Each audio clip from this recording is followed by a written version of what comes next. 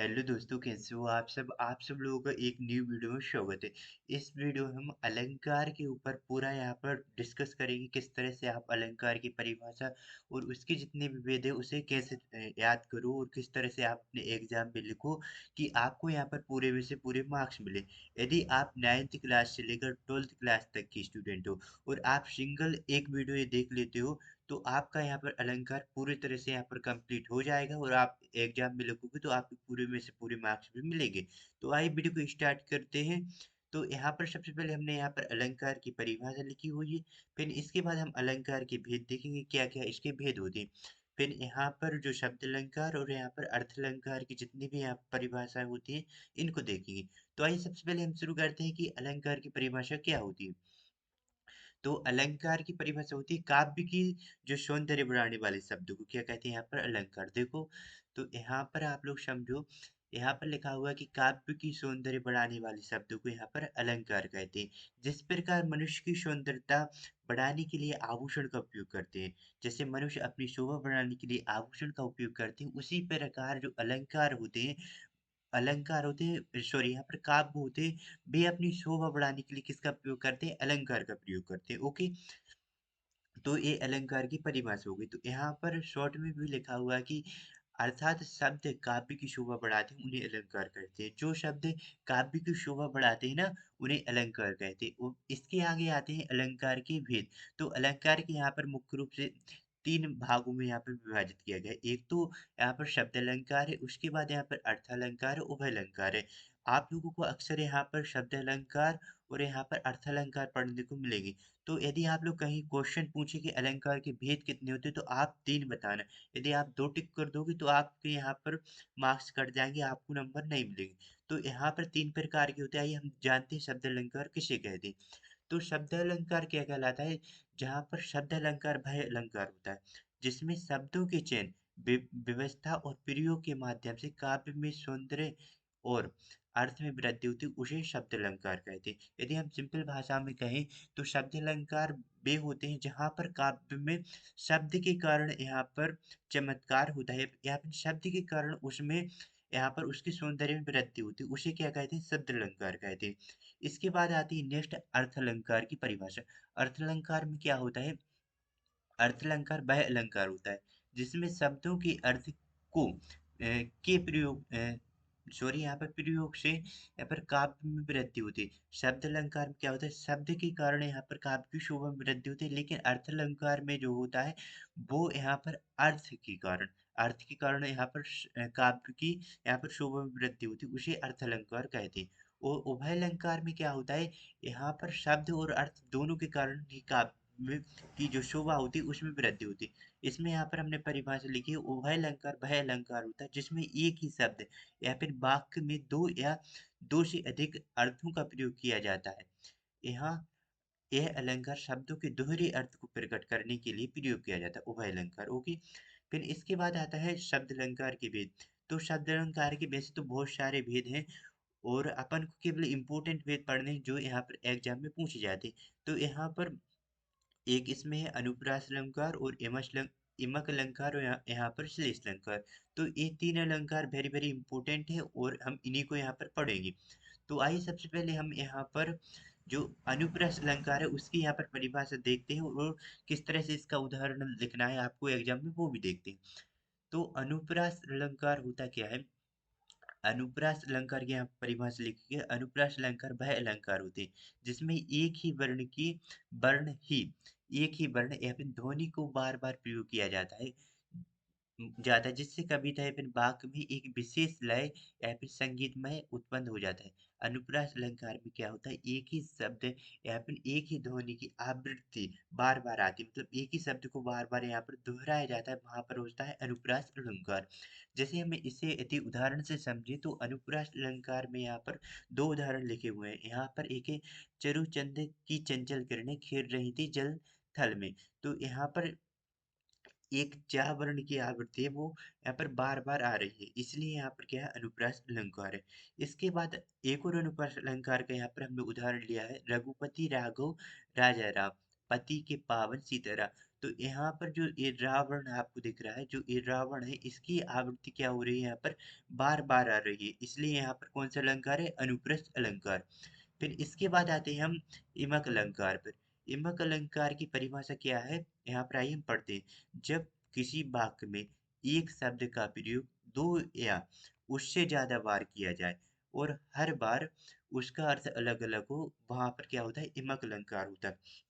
यहाँ पर एक शब्द का प्रयोग दो या दो से अधिक बार होता है, लेकिन उसका जो अर्थ है वो अलग अलग होता है।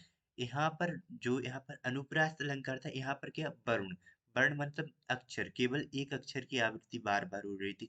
लेकिन इमक में क्या है, इमक में एक यहाँ पर शब्द की आवृत्ति बार बार हो रही है। जो शब्द होता है वो अक्षरों के समूह से मिलकर बना होता है। ठीक है, तो आइए इसमें हमने यहाँ पर उदाहरण लिखा हुआ है, इसे हम समझते हैं। काली घटा का घमंड घटा। इस भाग में घटा शब्द का दो बार प्रयोग हुआ है, लेकिन दोनों शब्दों के अर्थ में अंतर है। पहले घटा का अर्थ होता है बादल। ठीक है, पहले घटा का अर्थ क्या होता है, बादल। और दूसरे घटा का अर्थ होता है घटना, यानी कि काम, क्या काम हुआ। ठीक है, तो यहाँ पर जो अनुप्रास है, आपको ध्यान रखना है, इसमें एक वर्ण की आवृत्ति बार बार होती है, और जबकि इमक अलंकार में जो इमक अलंकार में शब्द की आवृत्ति बार बार होती है। ओके, फिर इसके बाद आता है श्लेष अलंकार। श्लेष अलंकार में क्या होता है, इसकी यहाँ पर हम पहले परिभाषा पढ़ते हैं। जब एक शब्द का प्रयोग एक ही बार किया जाए, जब एक शब्द का प्रयोग एक ही बार किया जाए, लेकिन उस शब्द के भिन्न भिन्न यहाँ पर अर्थ निकलते हो, भिन्न भिन्न अर्थ निकलते हो, वहां पर श्लेष अलंकार हो। मतलब कि एक ही शब्द में दो अर्थ चिपके हो, वहां पर क्या होता है, श्लेष अलंकार। श्लेष का अर्थ ही होता है चिपकना या फिर चिपका हुआ। तो इसका हम उदाहरण देखते हैं। यहाँ पर आपको उदाहरण एग्जाम में क्या लिखना है, आपको उदाहरण लिखना है, रहमन पानी राखी, बिन पानी सब सून, पानी गए न उबेर, मोती मानिश चून। तो ये यहाँ पर श्लेष अलंकार का उदाहरण है। तो यहाँ पर जो शब्द अलंकार के मुख्य भेद हैं, इनके ऊपर हमने यहाँ पर तीनों की परिभाषा और एक एक यहाँ पर उदाहरण देखे। इसके बाद हम यहाँ पर अर्थ अलंकार के यहाँ पर जो भेद हैं उनको देखेंगे। तो यहाँ पर अर्थ अलंकार के जो इम्पोर्टेंट भेद होते हैं, पहला है यहाँ पर उपमा। उपमा अलंकार की क्या परिभाषा होती है, आपको किस तरह से एग्जाम में लिखना है, उसे देखते हैं। तो यहाँ पर उपमा अलंकार की जो परिभाषा है, जब किसी प्रस्तुति या फिर वस्तु की तुलना किसी दूसरी वस्तु से की जाती है, तो उसे उपमा अलंकार कहते हैं। जब कोई वस्तु की तुलना दूसरी वस्तु से की जाती है, वहां पर उपमा, उपमा का अर्थ ही होता है तुलना करना। ठीक है, उपमा अलंकार में किसी वस्तु या फिर प्राणी की तुलना किसी दूसरी परिचित वस्तु से की जाती है। जैसे हरिपद कमल से, यहाँ पर उदाहरण क्या लिखा हूं हमने, हरिपद कमल से। जो हरि है, हरि मतलब कि जो विष्णु है, उनके पद हैं, मतलब कि उनके जो पैर हैं वो कमल के समान है। इस प्रकार जो हरि के पद यानी कि पैरों की तुलना किससे की जा रही है, कमल से की जा रही है। फिर इसके बाद है रूपक अलंकार। रूपक अलंकार में क्या होता है, रूपक अलंकार पे दो वस्तुओं को एक ही मान लिया जाता है। रूपक वस्तु रूपक में क्या होता है, दो वस्तुएं अलग अलग, लेकिन उन्हें एक ही मान लिया जाता है। ओके, जैसे इसमें यहाँ पर पायो जी मेरे राम रतन पायो। तो इसमें क्या है, एक वस्तु की तुलना दूसरे से की जा रही है उसके रूप के अनुसार।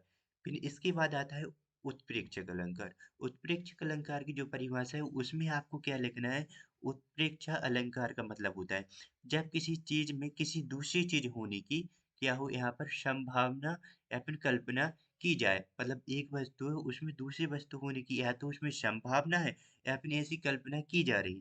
जैसे मेरे आंसू मोती है, मतलब कि जो आंसू हैं उनकी तुलना किससे की जा रही, मोती से की जा रही। यहाँ पर है उत्प्रेक्षक अलंकार, क्योंकि जो आंसू की तुलना किससे की जा रही है, यहाँ पर मोती से की जा रही है। फिर इसके बाद आता है अतिशयोक्ति अलंकार। यह ठीक है, उत्प्रेक्ष अलंकार हो गई। इसके बाद आता है अतिशयोक्ति अलंकार। अतिशयोक्ति अलंकार की आपको परिभाषा किस प्रकार लिखनी है, वो आप लोग यहाँ पर पहले जान लो। तो इसमें आपको क्या लिखना है, जिस अलंकार में किसी वस्तु, यहाँ पर यहाँ पर किसी व्यक्ति या फिर वस्तु का वर्णन बहुत ज्यादा बढ़ा चढ़ाकर किया जाए, उसे अतिशयोक्ति अलंकार कहते हैं। कोई भी वस्तु हो, उसका उसे ज़्यादा बढ़ा-चढ़ाकर कहा जा रहा है, सीधी बात, उसका वर्णन ज़्यादा बढ़ा-चढ़ाकर कहा जा रहा है, वहाँ पर होता है अतिशयोक्ति। अति मतलब कि ज़्यादा। जैसे यहाँ पर एक उदाहरण लिखा हुआ है, सिंपल सा उदाहरण, उसकी बुद्धि में समुद्र समा जाए। मतलब कि जो उसकी बुद्धि है, उसकी तुलना किससे की जा रही है यहाँ पर? समुद्र से की जा रही है। मतलब बुद्धि तो छोटी-सी है, लेकिन उसकी तुलना सारे समुद्र से की जा रही है, इसलिए यहाँ पर क्या होगा? अतिशयोक्ति अलंकार। या फिर ऐसा भी कहा एक उदाहरण होता है कि उसे इतनी भूख लगी कि उसने घोड़े ही खा ली। मतलब कि यहाँ पर भी भूख की तुलना एक घोड़े से की जा रही है, जो कि अतिशयोक्ति, ज़्यादा बढ़ा-चढ़ा कर की जा रही है, इसलिए यहाँ पर क्या होगा? एक अतिशयोक्ति अलंकार। तो अतिशयोक्ति को आपको आसानी से याद रखना है कि किसी चीज़ या फिर वस्तु, व्यक्ति की जो अ, सॉरी, जो इसकी उसे ज़्यादा बढ़ा-चढ़ा कर कहा जा रहा है, ओके? तो आप लोग इसे ध्यान रख सकते हो। फिर इसके बाद नेक्स्ट है विरोधाभास अलंकार। विरोधाभास अलंकार में क्या होता है? इसकी यहाँ पर परिभाषा लिखी हुई है, विरोधाभास अलंकार के अंतर्गत एक ही वाक्य में कटाक्ष करते हुए दो या दो से अधिक भावों का प्रयोग किया जाए। विरोधाभास मतलब कि उसका एक तरह से विरोध किया जाए। यहाँ पर उदाहरण से आपको यहाँ पर समझ में आएगा कि मोहब्बत एक मीठा ज़हर है। मोहब्बत किस प्रकार का ज़हर है? मीठा ज़हर है। इस वाक्य में ज़हर को मीठा बताया गया है, जबकि एक ज्ञातव्य है कि ज़हर मीठा नहीं होता है। इसमें विरोधाभास, एक तो उसे मीठा बताया जा रहा है, जबकि वो वास्तव में मीठा नहीं है। यहाँ पर विरोधाभास अलंकार होगा। फिर इसके बाद होता है मानवीकरण अलंकार। मानवीकरण अलंकार वह अलंकार होता है जिसमें निजी वस्तु, ठीक है? निजी वस्तु या फिर भावनाओं या फिर प्राकृतिक की शक्तियों को मानवीय गुणों की क्रियाओं या फिर भावनाओं के साथ प्रस्तुत किया जाता है, वहाँ पर मानवीकरण अलंकार होता है। तो यहाँ पर जो उदाहरण है, इससे अपन समझ सकते हैं कि यहाँ पर पहला उदाहरण है, पेड़ हवा के झोंके से हँस रहा है, जो कि यहाँ पर पॉसिबल नहीं, लेकिन मानव की जो भावनाएँ होती हैं, उनके अनुसार पेड़ हवा के झोंकों से हँस रहा है। इस प्रकार का ये वो उदाहरण होगा, जो कि मानवीकरण अलंकार का होगा। फिर इसके बाद है, सूरज धीरे-धीरे अपनी किरणों से हमें जगाने आया है, जो कि एक प्राकृतिक है और जो अपनी सॉरी, यहाँ पर अपनी भावनाओं के अनुसार यहाँ पर होगा, प्राकृतिक वस्तु निजी इसके अनुसार। मानवीकरण में आपको ध्यान रखना सिंपल सा क्या, कि निजी वस्तु, भावनाओं, प्राकृतिक शक्तियों को मानवीय गुणों, क्रियाओं के अनुसार यहाँ पर प्रस्तुत किया जाए, वहाँ पर मानवीकरण अलंकार होता है। यदि हम एक समरी के अनुसार इन सबको याद करने की कोशिश करें, तो आपको क्या करना है? अनुप्रास में यहाँ पर एक वर्ण की आवृत्ति बार-बार होती है। इमक में यहाँ पर शब्द शब्द की आवृत्ति होती है बार-बार। और श्लेष में एक शब्द होता है, उसमें एक दूसरा अर्थ चिपका हुआ होता है। फिर यहाँ पर है उपमा। उपमा में क्या होता है? एक वस्तु की तुलना दूसरी वस्तु से की जाती है। रूपक रूपक में एक दूसरी वस्तु को एक ही मान लिया जाता है, ठीक है? फिर इसके बाद है उत्प्रेक्षा अलंकार। उत्प्रेक्षा अलंकार में क्या होता है कि जो चीज़ होती नहीं, उसकी यहाँ पर कल्पना की जाती है। अतिशयोक्ति में क्या होता है कि यहाँ पर कोई भी वस्तु या फिर चीज़ है, उसे यहाँ पर बढ़ा-चढ़ाकर कहा जाता है। और विरोधाभास अलंकार में क्या होता है, एक वाक्य या फिर एक शब्द दूसरे शब्द का यहाँ पर विरोध करता है, उसे काटता है। यहाँ पर विरोधाभास। और मानवीकरण अलंकार में क्या होता है कि प्राकृतिक भावना गुणों के अनुसार यहाँ पर प्रस्तुत की जाती है। ओके, तो ये मानवीकरण अलंकार होता है। ये महत्वपूर्ण अलंकार का वीडियो था। ये जो यहाँ पर अलंकार मैंने बताए हुए, ये एग्जाम में पूछे जाते हैं, तो आप लोग क्या करें, वीडियो को यहाँ पर रोकते जाएं और इनके यहाँ पर अपनी कॉपी में नोट्स बना लें। तो थैंक यू सो मच। इस वीडियो में इतना ही था। यदि आप लोगों ने चैनल पर नए हो, तो चैनल को सब्सक्राइब जरूर कर देना, क्योंकि आगे आपको वीडियो मिलती रहे।